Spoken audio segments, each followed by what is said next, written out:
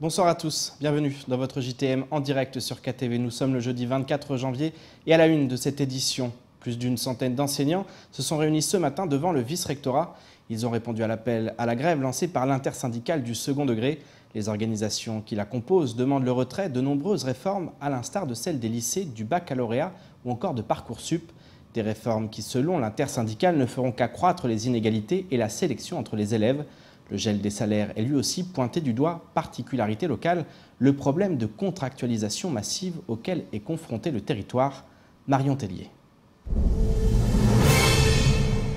L'appel de l'intersyndicale à une grève nationale a été entendu ici à Mayotte.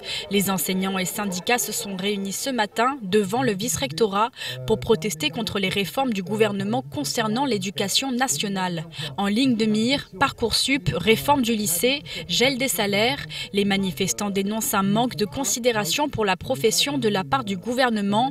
Des revendications soutenues par le mouvement des stylos rouges, né sur les réseaux sociaux. Je dirais qu'on doit être une centaine, 150. Cette manifestation, ce qui est bien, c'est qu'elle réunit tous les syndicats de Mayotte. Donc c'est un mouvement intersyndical avec les stylos rouges qui se sont joints à nous. Les stylos rouges, ce sont des enseignants qui ont les mêmes revendications que les syndicats, mais qui ne sont pas syndiqués. Donc ils ont pris un peu exemple sur les gilets jaunes en France. Ils ont les mêmes revendications que les syndicats, c'est-à-dire contre les réformes actuelles, contre le gel du point d'indice des fonctionnaires et arrêter d'imposer sans concerter et nous imposer des réformes alors qu'on n'est pas forcément d'accord avec. À Mayotte, la contractualisation massive est elle aussi pointée du doigt.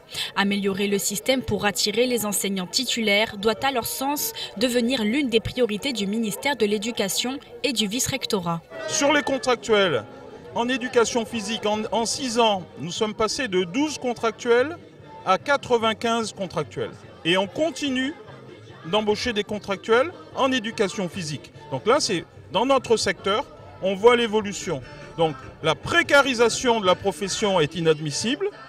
Nos enseignants doivent être formés et nous estimons que Mayotte a besoin de personnel formé. Donc le problème des contractuels est intimement lié au problème de l'attractivité.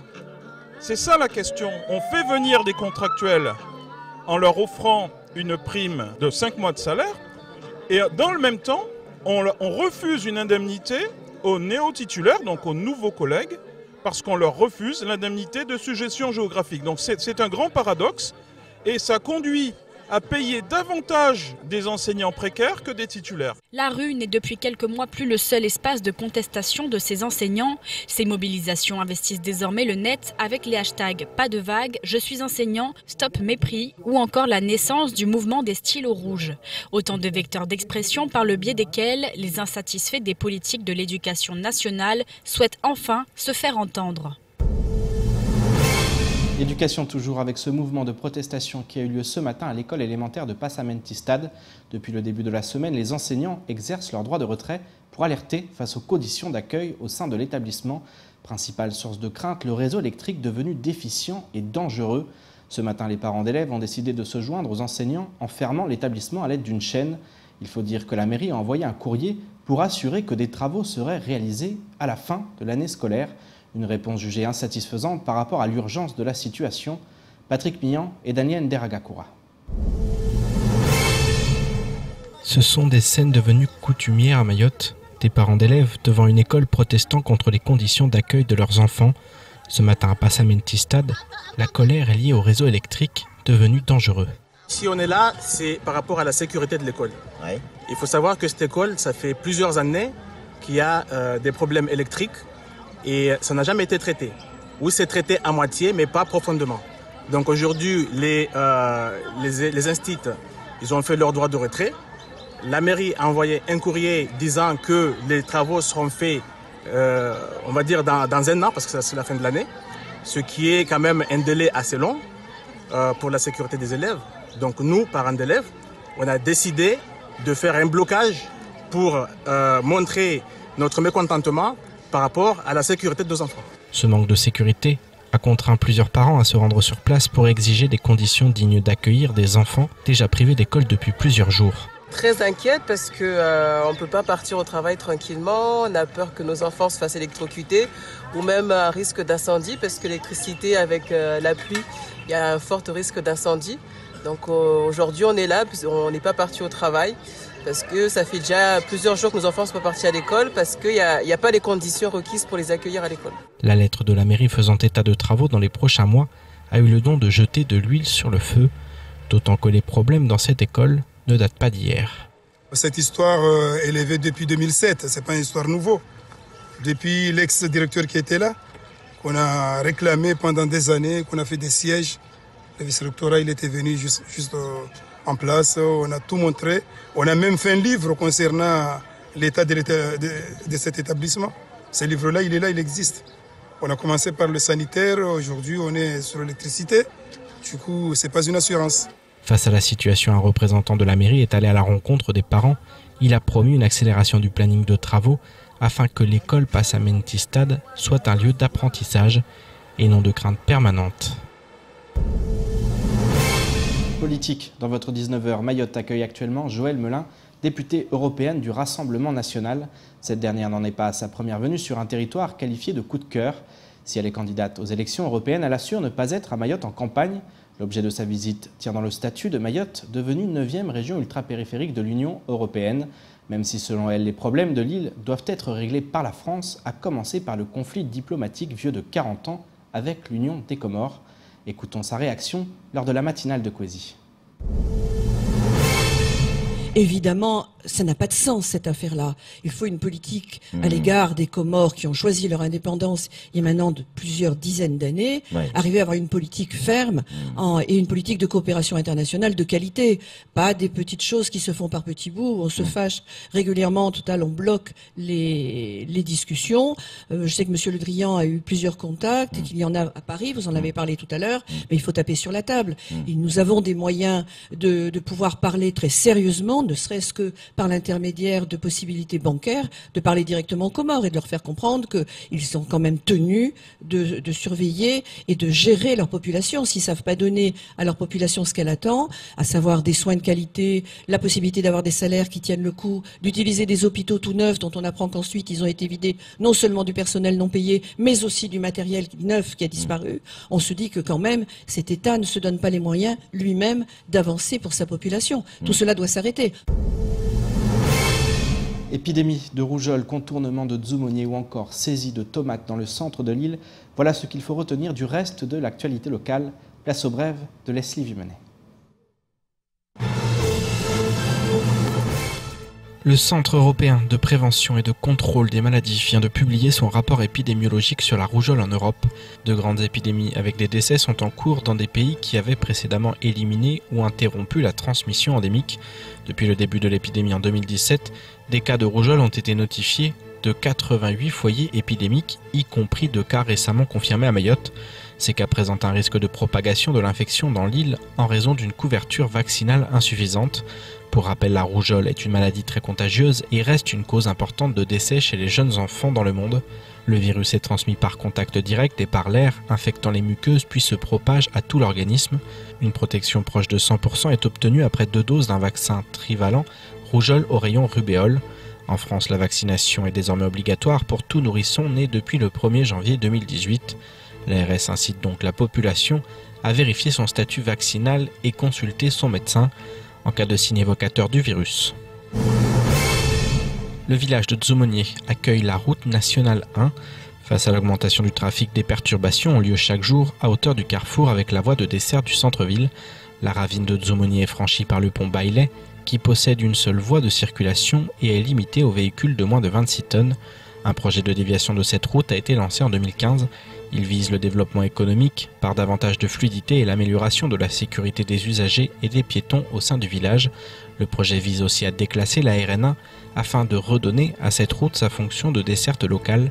Le dossier présente une remise en état et un entretien du pont Bailey afin de rester dans l'enveloppe financière. Cette dernière s'élève environ à 10 millions d'euros avec la conservation du pont. Un grand chantier se prépare donc pour améliorer le réseau routier et contourner Dzoumogné. Seul bémol, le pont Bailey va garder sa place alors qu'il ressemble davantage à un vestige du passé qu'à une grande infrastructure du futur. Une nouvelle opération de contrôle des vendeurs de tomates a eu lieu hier matin dans les communes de Tsingoni, Chikoni et Sada. Au cours de ces contrôles, 205 kg de tomates ont été saisis et feront l'objet d'une destruction par les services de la DAF.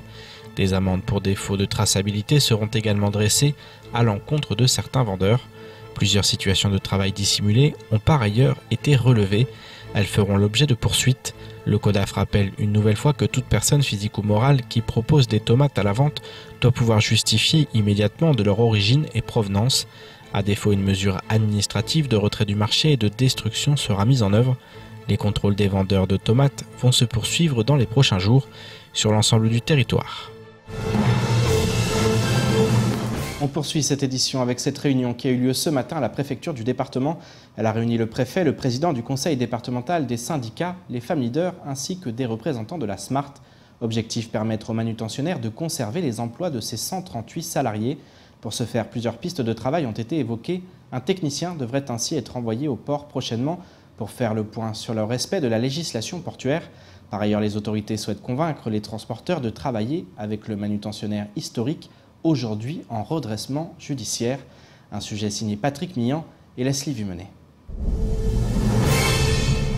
Depuis le mois d'octobre 2018, le manutentionnaire historique est placé en redressement judiciaire. La SMART n'est pas en mesure de rembourser les 3 millions dus après des mois de conflit avec le délégataire. Ce matin, une réunion a eu lieu en préfecture afin d'éviter un plan de sauvegarde impliquant une vague de licenciements. Au sortir de la réunion avec les autorités, les femmes leaders et l'un des salariés de la SMART se disent confiants en vue de trouver des solutions prochaines.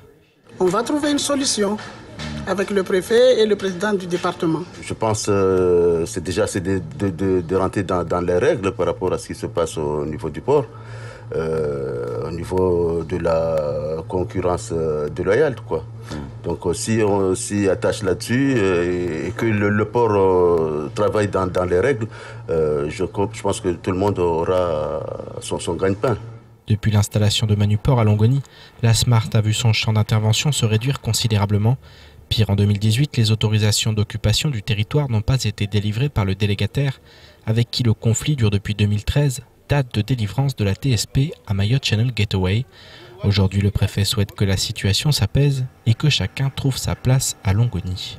L'objectif, c'est, dans le cadre de la procédure de redressement judiciaire, parce que c'est ça, nous sommes dans ce contexte-là, et c'est beaucoup plus difficile la recherche de solutions, il faut à tout prix préserver l'activité de la SMART. Ça passe par la possibilité pour elle de travailler sur le port, au travers des procédures juridiques et notamment des autorisations d'occupation temporaire, ce qu'on appelle les AOT, mais aussi de préserver le niveau d'activité de la SMART au travers des navires qu'elle manutentionne. Donc c'est tout ceci dont nous avons parlé aujourd'hui pour faire en sorte, avec le conseil départemental, d'agir ensemble pour assurer ce maintien d'activité dans le court terme. Si cette première réunion semble avoir permis de rassurer les salariés de la SMART, le secrétaire général de la CGT-MAR refuse de crier victoire et attend de voir comment ce dossier va évoluer. Nous savons qu'à Mayotte, il y a un certain nombre de lois, soit ils ne sont pas appliqués volontairement par ceux qui devraient les appliquer, soit ils ne sont pas étendus. Donc nous sommes mis d'accord que d'ici 15 jours, nous allons se revoir avec la DIECT et les d'autres services de l'État pour qu'on fasse le point sur l'ensemble des textes qui devraient s'appliquer au port de Mayotte. Un technicien devrait prochainement se rendre à Longoni pour vérifier que la loi est respectée au sein de l'enceinte portuaire. Par ailleurs, les autorités souhaitent convaincre la CMA-CGM, plus gros importateur du département, d'augmenter son nombre de bateaux à Mayotte, afin que la SMART retrouve un niveau suffisant d'activité. Et avant de clore cette édition, je vous propose de passer à l'invité de la rédaction. Ce soir, nous recevons sur notre plateau Christian Devos, co-sélectionneur de l'équipe masculine et féminine de basket en vue des Jeux des îles de l'océan Indien. À ses côtés, notre chroniqueur sport, Martial Domergue. Messieurs, bonsoir. Bonsoir. Bonsoir Pierre. Alors, on va parler des Jeux des îles de l'océan Indien avec vous. Avant cela, un petit retour sur votre carrière de joueur, mais également d'entraîneur. Vous avez entraîné au plus haut niveau. Vous avez créé le BCM. Vous êtes aujourd'hui président de ce club. Une carrière très riche. Pourquoi avoir accepté ce challenge à Mayotte en vue de ces Jeux des îles de l'océan Indien? Oui. D'abord parce que lorsqu'on a reçu, comme j'ai reçu par le basket, tout ce qui m'a été permis de réaliser, je pense qu'il faut le restituer quand on a l'opportunité. Et puis Martial m'a sollicité il y a quelque temps, on a échangé longuement. Bon, j'ai répondu favorablement parce que ça me paraît naturel de pouvoir aider les uns et les autres. Vous connaissiez Lille ou pas? Non, je ne connaissais pas du tout Lille. Non, non, pas du tout.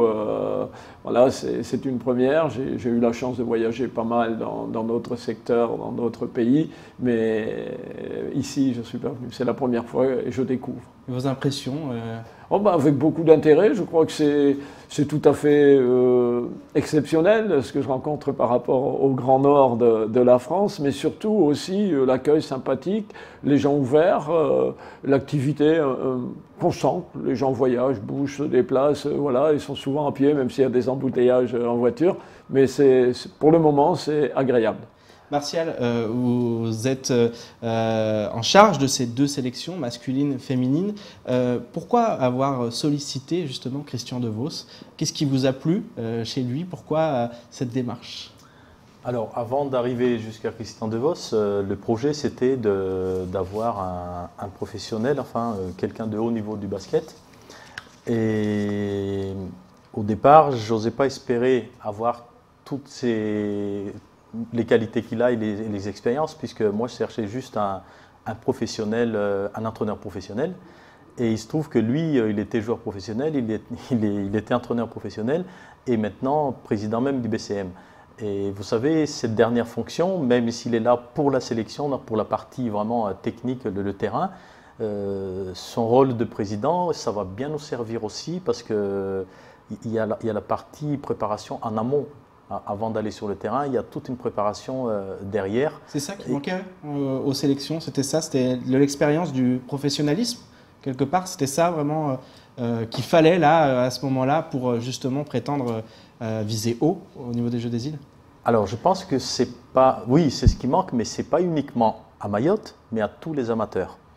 Ce qui manque aux amateurs, c'est le professionnalisme, et c'est normal puisque nous sommes amateurs.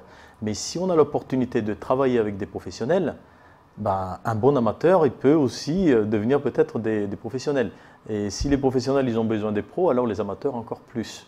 Et pour revenir sur le choix de M. Devos, donc, c'est que vous savez qu'on a déjà Faïz, je suppose qu'on a fait vraiment un bon choix parce que vous connaissez aussi sa carrière sportive, même s'il n'était pas au haut niveau comme M. Devos, c'est le haut niveau à Mayotte. Sportif de l'année, il a été sportif plusieurs fois de l'année. Beaucoup plus encore en tant que basketteur, très respecté par tous les basketteurs. Donc à ce niveau-là, il a tout ce qu'il faut par rapport à Mayotte. C'était le duo parfait, justement, les deux? J'oserais dire ça sans prétention, oui. Parce que M. Devos il va apporter sa touche technique professionnelle, que Faïz ne l'a pas. Et Faïz il va apporter son expérience sur l'île. Et pour ceux qui se posaient des questions du pourquoi Faïz, pourquoi Devos, bah justement, l'un sans l'autre, c'était pas suffisant. Les deux, c'est complémentaire. Alors justement, je me tourne vers vous, Monsieur Devos. Comment ça va se passer cette préparation? Comment on prépare justement vous n'avez jamais été sélectionnaire, il vous manquait que ça. Comment on prépare justement une équipe aux Jeux des îles? C'est un grand événement au niveau régional. C'est les Jeux olympiques régionaux. Comment on prépare? Comment ça va se passer là ces prochains? D'abord, les premiers contacts téléphoniques que j'ai eus avec Faïz m'ont permis de comprendre aussi l'intérêt de ce déplacement. Deuxièmement, lorsqu'on prépare une compétition, qu'elle soit du niveau national, international et autres, il faut la préparer en amont. On ne peut pas arriver 2 jours avant la compétition en se disant ben, voilà, j'y suis, on ouvre la porte demain et on verra ce qui se passera. Et l'opportunité qu'il m'est offerte, c'est d'abord, pendant une quinzaine de jours, de vivre à la fois avec les joueurs, avec l'encadrement, avec les dirigeants de Mayotte, et puis surtout avec Faïz, avec lequel je pourrais échanger, également avec les entraîneurs de l'équipe féminine, pour apporter, sans prétention aucune, les quelques connaissances que j'ai, et surtout dans le milieu professionnel, où c'est réellement un milieu à part. Donc on peut être amateur et avoir un instinct ou une présence professionnelle sur l'activité. Je pense que l'un et l'autre, on recherchera cela pour qu'on ait vraiment de la gueule, entre guillemets, lorsqu'on effectuera ce nouveau challenge qui n'est pas facile, mais qui est agréable quand même. Justement, quels sont les objectifs? Il y a 4 ans, il y a eu un échec. Mayotte était, au niveau des hommes, Mayotte était favori, elle n'est pas sortie des poules. Il y a 8 ans, aux Seychelles, par contre, il y avait une médaille d'argent. Quel est l'objectif là? Et puis comment vous avez senti aussi cette équipe que vous avez découvert?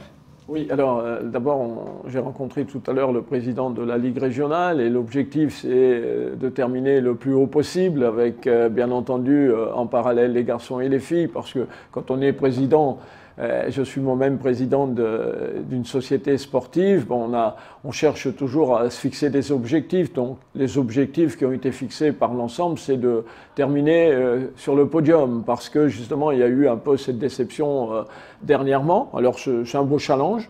On n'est pas favori, ça fait partie du jeu aussi, il ne faut pas toujours être favori. Et souvent, ceux qui sont un peu en retrait au départ réussissent à passer la ligne d'arrivée ou tout au moins atteindre leur objectif.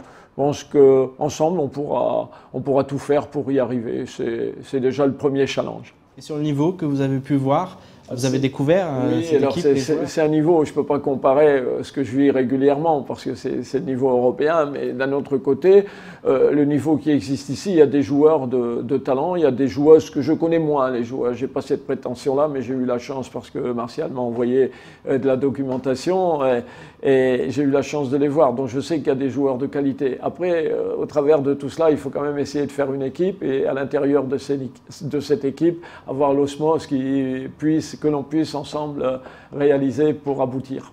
Alors Martial, les Jeux auront lieu du 19 au 28 juillet, il me semble. Ils auront lieu donc à l'île Maurice. Quels sont les objectifs fixés par la Ligue? On parle de victoire quand même. C'est compliqué, mais ce n'est pas impossible au regard des derniers résultats. Et notamment au regard des résultats régionaux aussi des équipes qui font toujours très bonne figure. Bien sûr, on a des objectifs, ça peut être prétentieux parce que c'est assez haut, hein, minimum le podium, comme a dit M. DeVos, ça c'est l'objectif présidentiel. Et ensuite, on a quand même mis en œuvre tout ce qu'on pouvait pour y arriver, puisqu'on a fait venir M. DeVos, on a failli. Là, on a des préparations qui vont se dérouler en métropole, en particulier au Sportica à Gravelines, dans un village olympique. On profitera de tout ce qu'ils ont là-bas. Ensuite, on va faire venir aussi les joueurs de l'extérieur qu'on a. Hein. On a un professionnel comme Kadri, par exemple. Bon, il ne fera pas tout seul, mais en tout cas, on réunira toutes les forces qu'on a. Bien sûr, tout ça, c'est pour les filles et garçons. Ceci dit, je suppose que les autres équipes aussi, les autres îles, ils préparent de la même manière. J'ai eu l'occasion d'interviewer Silla, que lui m'a dit qu'ils ont même fait venir un coach américain. Tout ça, c'est un peu nouveau, parce qu'à l'époque, au Jeu des îles, il n'y avait pas tout ça. La Réunion, j'ai entendu parler aussi de ça, qu'ils font venir aussi des coachs étrangers. On parlait de Madagascar. Hein. Oui, Madagascar, donc déjà, c'est une très belle équipe. Eux aussi sont... donc, c'est juste pour dire qu'on est obligé d'avoir des objectifs, mais il ne faut pas oublier qu'on n'est pas tout seul là-bas. Et si jamais ça ne marche pas, on aura fait le nécessaire. Je pense que l'objectif, c'est faut en avoir, essayer de les atteindre. Et maintenant, si on ne l'atteint pas avec tout ce qu'on fait, c'est que les autres, ils étaient plus forts. Monsieur DeVos, vous allez justement les accueillir aussi en métropole, il va y avoir des stages. J'imagine que ça va monter aussi en puissance. Comment vous allez les préparer sur les toutes dernières semaines? Comment ça va se passer? Comment on prépare une équipe comme ça à 2-3 semaines du rendez-vous? Oui, je reviendrai en juin pour peaufiner un peu tout cela, mais le plus important d'abord, c'est d'essayer de réunir les uns et les autres dans un contexte différent qu'à Mayotte proprement dit, parce qu'il faut vivre aussi une activité commune. Et on a j'ai la chance d'être adjoint au maire de Gravelines, donc je peux organiser pas mal de choses, et aussi par le fait de ma présence au BCM, donc on aura l'occasion d'avoir des activités qui seront relativement conséquentes, parce que j'estime qu'on ne peut pas préparer une compétition comme cela sans avoir au minimum 2 entraînements par jour lorsque nous sommes regroupés, voire 3. Et on aura l'occasion de se regrouper déjà à partir de mercredi ici, et puis ensuite à Gravelines et alentour, parce qu'on aura des rencontres amicales aussi. Donc on fera le maximum pour faire le maximum avec les uns et les autres, pour qu'on puisse au moins profiter de la connaissance. Je mettrai aussi de temps à autre quelques personnels à disposition d'autres entraîneurs qui viendront juger ou jauger l'équipe pour apporter des enseignements auprès des entraîneurs en place. C'est l'avantage que l'on a quand on est dans ma position. Messieurs, merci. Et puis il nous reste à vous souhaiter bonne chance en espérant qu'on ramène des médailles, voire les 2 coupes à la maison au mois de juillet prochain. Ouais, c'est le plus grand mal que je nous souhaite. Merci beaucoup pour avoir accepté cette invitation. Merci à vous. Et c'est ainsi que s'achève ce journal. Tout de suite, la suite de nos programmes. Pour ma part, je vous donne rendez-vous demain dès 19 h, même chaîne, même heure. Bonne soirée à tous. Excellente soirée sur Quasi.